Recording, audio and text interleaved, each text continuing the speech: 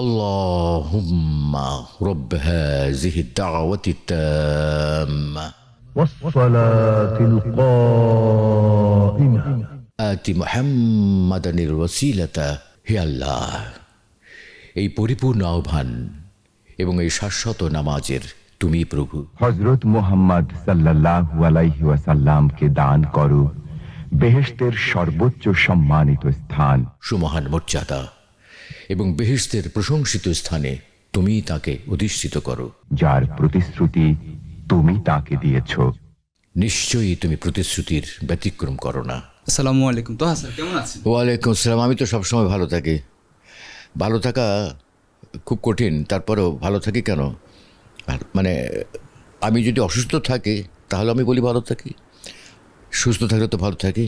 এখন আল্লাহ মানুষকে অসুস্থ রেখে যদি খুশি হন আমি তাতে খুশি, আল্লাহ মানুষকে সুস্থ রেখে যদি খুশি হন আমি তাতে খুশি। আর সেজন্যই আমি আমার প্রশ্নটা এভাবে কেউ করলে আমি ওইটাই বলি যে আমি ভালো আছি, ভালো থাকি, ভালো থাকার চেষ্টা করি। মিডিয়ার জগতে কিভাবে আসা হলো আর কত সালে আসা হলো? এর পেছনে বিরাট ইতিহাস। আমাদের বাসায় তখন রেডিও ছিল বড় একটা, তখন তো আমাদের এখনকার মতো সেই রেডিও অন করার সঙ্গে সঙ্গে তো আমরা শুনতে পাই, আগে তো তা হতো না। আমাদের সময় যখন রেডিও ছিল তখন ওই রেডিও আপনি যখন 7টার সময় খবর শুনবেন তা আপনার 7টা বাজতে 2 মিনিট 3 মিনিট আগে রেডিও খুলতে হতো, তারপর এখন তো ভিতরতে বাতিগুলো সব জ্বলতো, এরপর শব্দ আসতো। আমি তখন খুব ছোট, আমি তো বুঝতাম না। বাবাকে আমি প্রত্যেক দিন সকালবেলায় কোরআন তেলাওয়াত, তরজমা, কোরআনে হাকিম আমাদের জিন্দিগি একটা অনুষ্ঠান হতো, সেইটা শুনতেন, বিভিন্ন দেশের সংবাদ শুনতেন। ওইটা শোনার সময় আমি আমার মাকে জিজ্ঞাসা করেছিলাম যে এখানে কারা কথা বলে? আমার মা বলছে, ওর মতো ছোটো ছোটো মানুষ আছে, তুমি তখন বড়ো হয়ে গেছো, তুমি তো এখন শুনতে পারবা না, দেখতে পারবা না। তা আমার ওই আগ্রহটা আমার ছিল। তা আমি একদিন এই সবার অজান্তে আমাদের দোতলা 3তলা বাড়ির দোতলা ছিল, রেডিওটা একটু উঁচু টেবিলের উপরে, আমি পিছন দিক দিয়ে বোর্ডটা হার্ডবোর্ডটা খুলে মানুষ দেখতে গেছিলাম, তো দেখতে পারিনি, বরং আরও ওখানে ইলেকট্রিক শক লেগে আমি পড়ে গেছিলাম ওখান থেকে।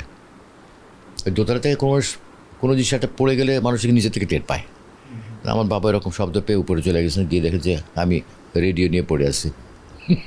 আমাকে জিজ্ঞেস করছেন যে হ্যাঁ, তা বলে তুমি এখানে কী করছো? বলে আমি ছোটো ছোটো মানুষ খুঁজছিলাম। কে বললো তোমাকে কথা? বলে মা। তখন আমার মাকে বলো, আব্বা একটু রাগারাগি করছে, তুমি কেন এইসব কথা বলতে গেলে? বলো কি বুঝবে নাকি? বোঝে ওটুকু, তুমি বোঝাও। বলো বোঝাও তো। আমি তাকে বারবার বলছি, ওদের ছোটো মানুষ থেকে বারবার বলছি যে না, এটা তুমি পরে বড় হও, তুমি জানতে পারবা। ওই যে আগ্রহটা, আমি সেই মানুষ আর খুঁজে পাইনি তখন। তুমি আর আমি হাঁটতে হাঁটতে টিএসসির মোড়ে হঠাৎ মুখোমুখি আমরা। দেখতে দেখতে আজ দুজন একই ঘরে, বাঁধলাম সংসার, নিলাম দায়িত্বভার। ধীরে ধীরে সময়ের ভিড়ে, বয়সের ভারে, ভুলতে ভুলতে যৌবনের রুদমাখা দিনগুলো কোথায় হারালাম দুজনারে। এখন দৌড়ে এসে তুমি আর দরজা খুলে দাও না, যেমনটি দিতে 20 বছর আগে। এখন যে যার মতো আসা যাওয়া, ক্লান্তিগুলো শুধু আমাদের ভাগাভাগি। তোমায় নিয়ে বাইরে খাওয়া, ঘন ঘন শপিং, ছবি তোলা, বায়না ধরা, কবিতা পড়া, মন থেকে তবু হয় না ভোলা। যখন আমি লেখাপড়া শুরু করেছি, ক্লাস 5 6 পড়ি, তখন মার্কনির ওটা পড়ছি। মার্কনির ওটা পড়ার পর দেখলাম যে আসলে তো কথা তো আসে বাইরে থেকে, প্রচার ভবন থেকে, প্রক্ষেপণ ভবন থেকে আমরা শুনি। এত এখন তখন রেডিওটা শুনতাম। এই তখন থেকে আমার চর্চা, আমি 6 7 থেকে চর্চা শুরু করি। ওই প্রত্যেকটা কাটিং কেটে কেটে আমি ওখান থেকে নিউজ রিডিংটা শিখতাম।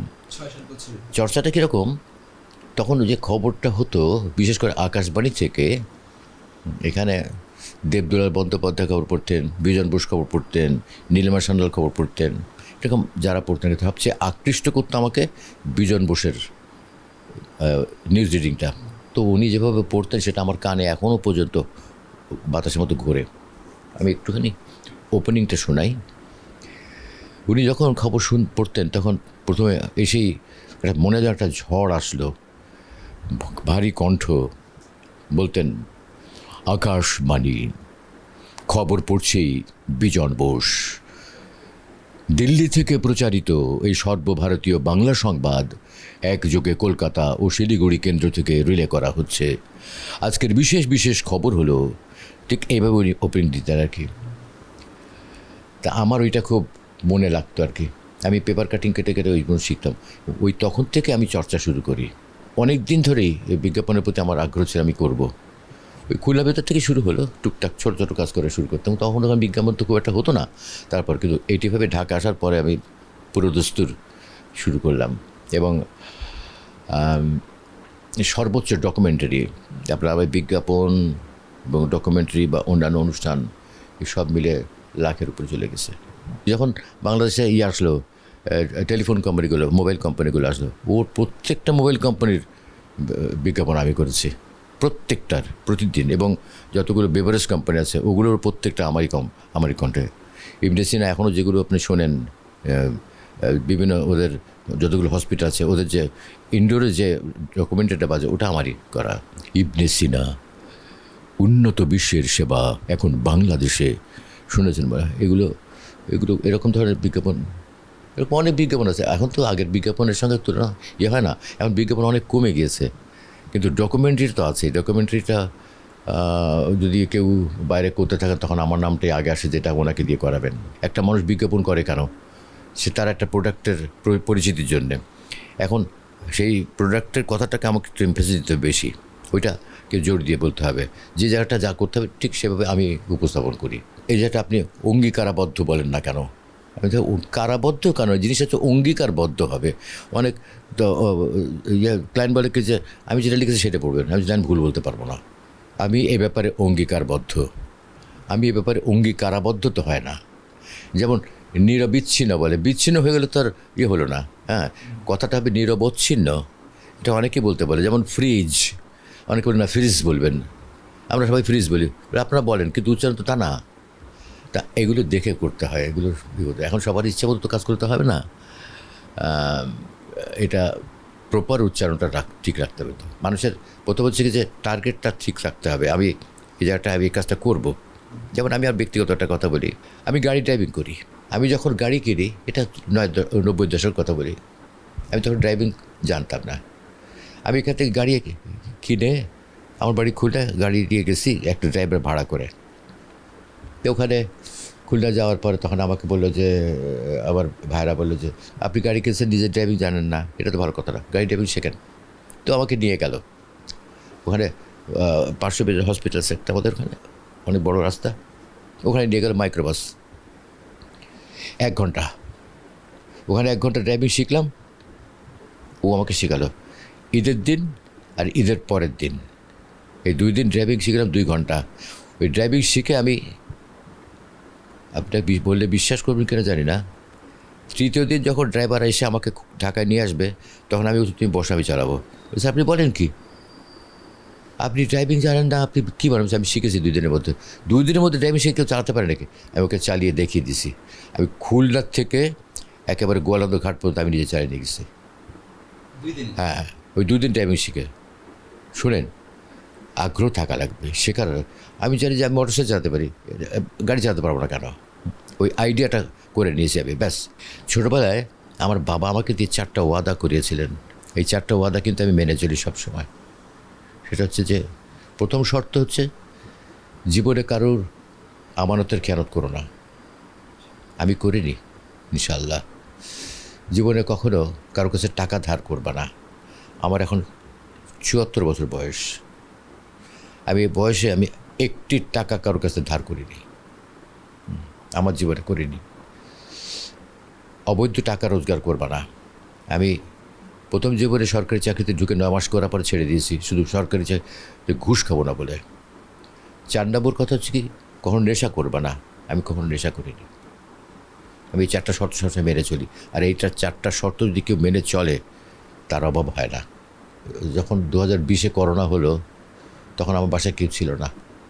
আমি তখন উত্তরাতে থাকতাম, আমার বাসায় আমি একা, আমার ফ্যামিলি কেউ ছিল না, সবাই আমেরিকায়।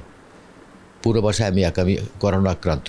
আমি শুধু মোবাইলে একটা স্ট্যাটাস দিয়েছিলাম যে আমি করোনা আক্রান্ত হয়েছি, খুব কষ্ট পাচ্ছি, আমি যদি কোনো অন্যায় করে থাকি আমাকে তোমরা মাফ করে দিও, আমার জন্য দোয়া করো।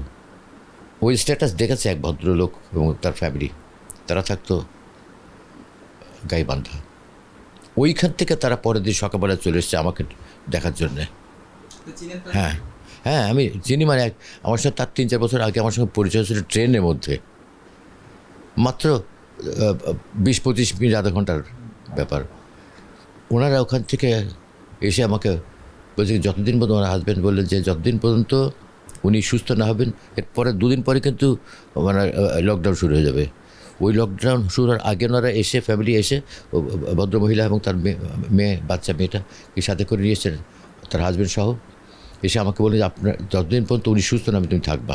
দেখেন আল্লাহ কি রহমত, দেখেন 45 দিন উনি আমাকে ট্রিটমেন্ট করেছেন, আমাকে দেখাশোনা করেছেন বিনা স্বার্থে। আমি বহুবার বলছি আমাকে কারণ না, আপনাকে সুস্থ থাকতে হবে। তো ওনারা, আমি ওনাদের কাছে কৃতজ্ঞ। কণ্ঠ যতদিন আছে আমি কাজ করতে চাই, আমাদের কোনো রিটায়ারমেন্ট নাই, তো কণ্ঠ আল্লাহ তারা যতদিন রেখেছেন আমি কণ্ঠ দিয়ে যেতে চাই, যতদিন আল্লাহ হায়াত দিয়েছেন।